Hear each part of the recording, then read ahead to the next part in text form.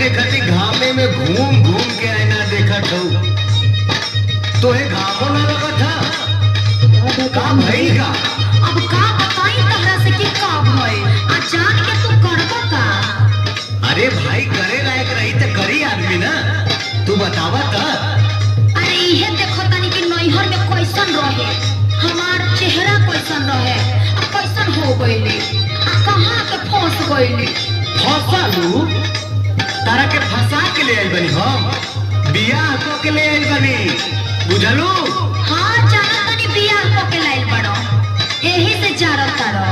सुनो एगो बात। हां सुनावा।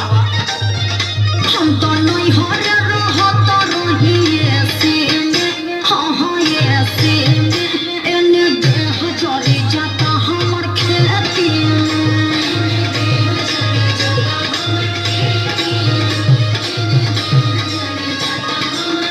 हम तो नैहर रहत रही ऐसे में हां हां ऐसे में एने देह जरी जाता हमर खेती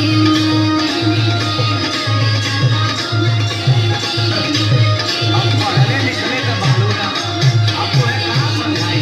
हां तो पढ़ लिख के तू खार लेले बड़ा हां खेतवा में जाके कलम चलावेला। कौन कलम हो खेतवा में कौन कलम चली। हां ओ हाय फरसवा फरतवा छोड़ आई फायदे के बात सुन। मजा मिली नहीं ऐसी अकुलरिया में हकुलरिया में रानी जवन मजा पूर्वी बेअदिया में हमको ना मिले ना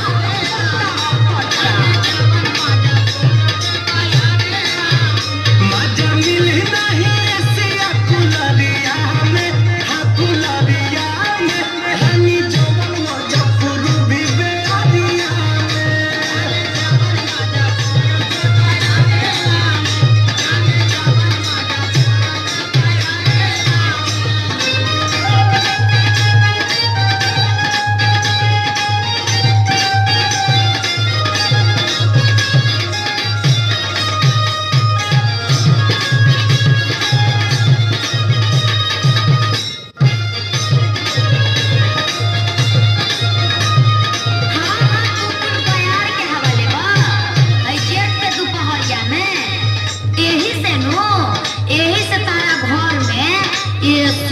कूलर फ्रिज पंखा छोड़ के खटिया चटाई पटरी सब बरले बा। अरे कितना बड़का सुविधा बा। आ सुना तनी हमार नैहर के सुना। हाँ तार तू नैहरे के सुनावा। जाड़ा में सुतत रही चालू के हीटर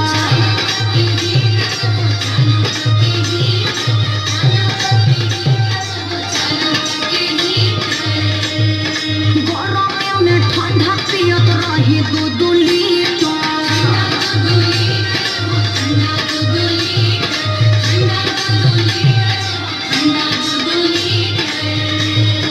जाड़ा में सुतत रही चालू के हीटर गरम में ठंडा पियत रही दूध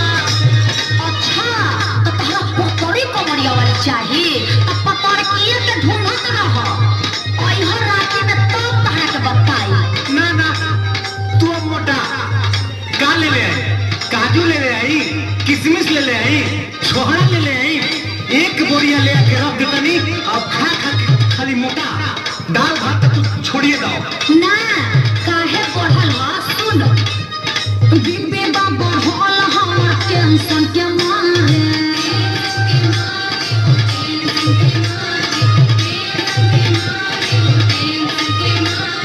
घर बर ऐसन मोढ़ाइल बा कपारे अच्छा कमाए वाला की टेंशन है ना अब घरे बैठ के खाए वाला की टेंशन होता हां का सही न कहता बीपी बा बढ़ल हमर टेंशन के मारे घर बर ऐसन मोढ़ाइल बा कपारे रहे दुल्हरी तेस खाली सेखी में रहे दुल्हरी तेस खाली सेखी में हाँ सेखी में एने देह जरी जाता हमर खेती में